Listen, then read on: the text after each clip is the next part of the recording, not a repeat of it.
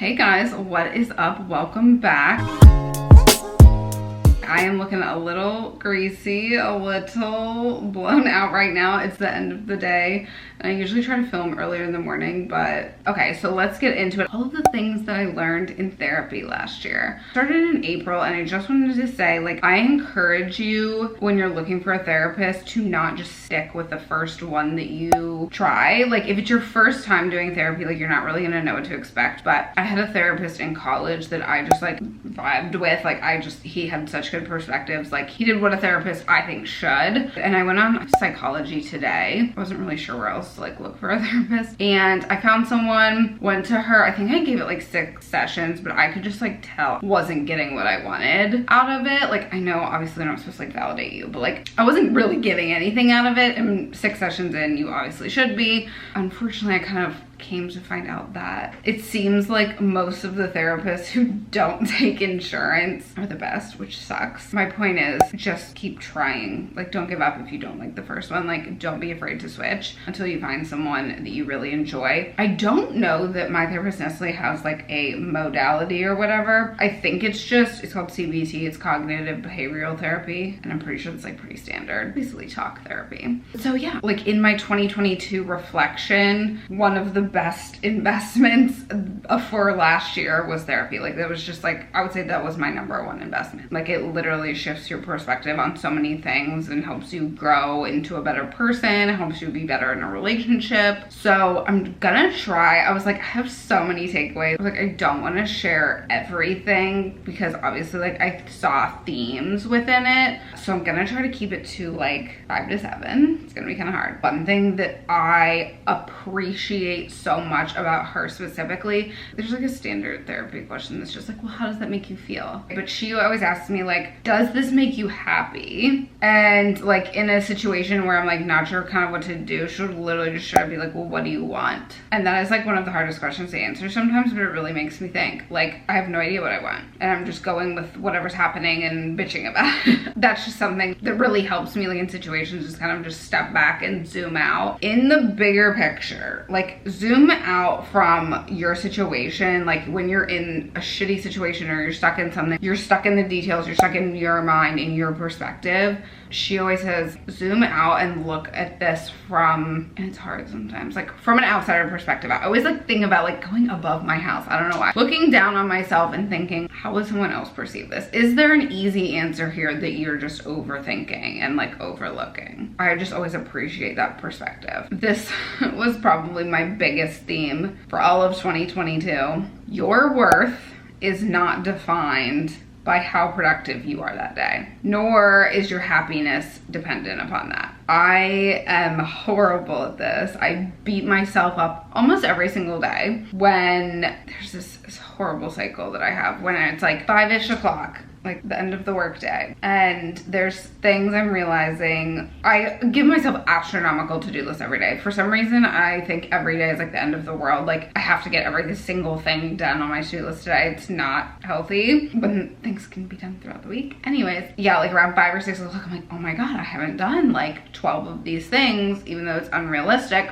But what has helped me though is literally just doing 3 things. That's it. Top 3 priorities, focusing on that. If I get done with them, great, I can move on to the other things. But I like so much so measure my happiness that day. I like freak out internally. I start getting super overwhelmed, and I'm just like super hard on myself about it. But that's more of like a day-to-day version of that. Like, but your true happiness in life shouldn't be from like how productive you are as a human being. Like, don't get me wrong, I love a good like time management tip, and I love like streamlining things. Like, I want to make things as easy as possible so that I'm not doing this, but I like to make things hard for myself by like overscheduling. But I think so many people struggle with like tying their worth, especially, I feel like millennials especially. I feel like there was like the girl boss culture that we like kind of grew up with a little bit, but I feel like people my age, like and a little bit older, just tie so much of their worth based off like how well they're doing at work, and not like if they were just happy that day, if they had fun that day, if they enjoyed their self. Like, it's completely based off, you know, how productive they were and how well they're doing at work. The next thing And this is one that I like had a viral TikTok about, and it's like it's one of those things that's such a given, but it's also not. It is not your job to make your parents happy. It is not your job to live your life according to the narrative that you think that they want you to. And this is really hard for a lot of people, because I wouldn't even say my parents were that vocal about like, I think you should do this, or I think you should live your life this way. I think it was more of like a subconscious thing, but ultimately you're not defined by the narrative that they set out for you. Like, you do not have to do that. Sure, it may cause issues. Sure, it may cause contempt, but like there are ways to work through that. At the end of the day, it's about your happiness. You're the only person who has to live with you. I feel like I say this and it's like such a given, but it's literally like, I feel like so many people struggle with this and don't even realize that they're living their life. Like, I think I read something the other day that someone was like, I woke up one day and realized I was literally living the life my parents wanted for me and not at all what I wanted for myself. And that is like such a scary thing. So scary. So you don't have to live that out.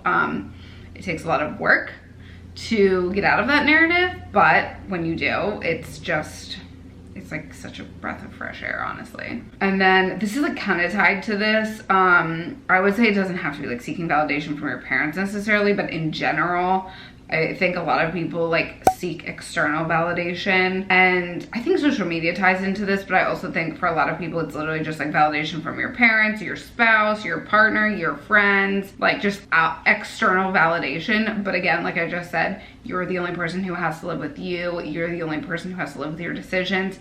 You're the only person who can make you truly happy. If you're always looking for happiness and validation from others, like you're always going to be dependent upon that. So you got to work on giving yourself that validation. And another thing like off that is not even just like happiness, but like being proud of yourself, being confident in yourself. Like I feel like you want someone else to be like proud of you, but ultimately like you have to be proud of you first. It's an internal thing, not external. This is one that just like resonated with me so much is, are you interested in your goals or are you committed to them? And there's a whole Ryan Holiday meme. Okay, so her and I talked about this one day, and then I saw this Ryan Holiday thing after the fact, and I'll put some of the graphics up here because it was so good. I think he calls it like your main thing. This also ties into priorities, but if you say something is your priority, but you're constantly putting other things in front of it, like you're just interested in it, you're not committed to it. Another point that her and I talked about is like basically when you're saying yes to something else, yes, I'll take that on, it means yes, I'll be spending time on that, so that gives me less time to spend on something I already do or could be doing. So this was again off the Ryan Holiday thing, is say no to give yourself like more time to focus on yourself, like say no to things you don't want to do. And I think that I'm like actually pretty good at that, but I'm not good at, this is hard to describe, I'm not good at saying no to myself. Like if I'm kind of interested in something, I decide, oh, okay, yes, this is another thing I'm gonna take on. And I keep piling those on without realizing that that in turn means I'm saying no to something else. Like I think I can take it all on. That's not how it works. You say yes to something, you're saying no to something else. Again, it's one of these things that's just like so simple, but so important. So into like over planning and indecisiveness. I feel like I'm just airing out all of my problems here, but that's okay. I love planning, but to the point of being an over planner sometimes. This goes into like overthinking things too. When you're over planning, you're allowing yourself to make excuses to not start something. It's not just like overthinking something because you're scared, but it's literally just you're allowing yourself to focus so much on something like in the details and telling yourself you're not ready. Like that's all you're doing. There's a point where you are ready, but you may not ever feel ready. And that's the thing I think a lot of us struggle with is like you want to do something or whatever, like change jobs, whatever, you're never actually going to feel ready. Like you just have to decide and you just have to do it. But like when you over plan, like when you want to like launch something or start something or, you know, start something new, like when you over plan and over analyze, like you're just making excuses to not start, and most of the time they're bullshit. So it goes into like, I always think about like launch and adjust. Just do it and fix your mistakes because you're gonna learn more that way than over analyzing the situation. Okay, and then like kind of into that also, when you feel like you're being indecisive or you're kind of ready to do something, you're kind of ready to like launch something, but you're not quite sure yet. My therapist was like, allow yourself one time to double check. Like you can work on it and then you can go back to it one time and one time only to double check yourself. And then you have to trust yourself and you have to do it. Like you have to execute, because like if you don't give yourself a limit, you just keep doing it and doing it and doing it, and when is the end? And again, it also goes into like, I tell myself like giving myself time limits and things like that. So off of productivity and overthinking, working all the time is actually less effective than not. Obvious, I think that's obvious. But when you are working all the time, like day and night, and you never give yourself a break, and I tell myself it's because I love doing what I do, you're only hurting yourself because you're allowing yourself to have so much time that you don't have limits. So like if you give yourself 4 hours to do something, it's gonna take you 4 hours. If you give yourself 20 minutes to do something, you'll get it done in 20 minutes or a lot closer to it. So I think this really ties into like working for yourself. Like people who are self-employed, you end up working all the time because it's not like the traditional job where it's 9 to 5 and you have set time limits and meetings and things like that. So you end up working all the time, but it ends up sometimes being less effective because you're allowing yourself, when you're like, oh, I have all day to do this, it's gonna take you all day. So essentially though, the takeaway with that is that it is really good to have a downtime, to have a like turn off time. Like this is the time of the day that I am done. And I think this is what a lot of people struggled with after quarantine and working from home. I think so many people are like, oh, my computer's right here, I can check my email, I can do work, yada yada. Moral of the story is to have limits, to limit yourself, have a schedule. You're only gonna be, what is it, like burning the candle at both ends or something like that. Those were like my biggest takeaways and like themes that I saw within it. Some of them were like, what is it, revelationary? Is that a word? Revolutionary. Some of these things are just things that I think a lot of people overthink or don't even realize they're doing. So I hope you found something that was helpful for you, but I hope you guys enjoyed this. And again, I'm holding myself accountable. This office will be, you'll have something to look at least when I film in this room by the end of this month, because I'm tired of looking at this ugly blank wall. Hope you guys enjoyed this. Hope you got something good out of it. I love you guys. Thank you for being here. If you're new, don't forget to subscribe and follow me on all the socials. They'll be linked below. And I'll see you guys in the next one.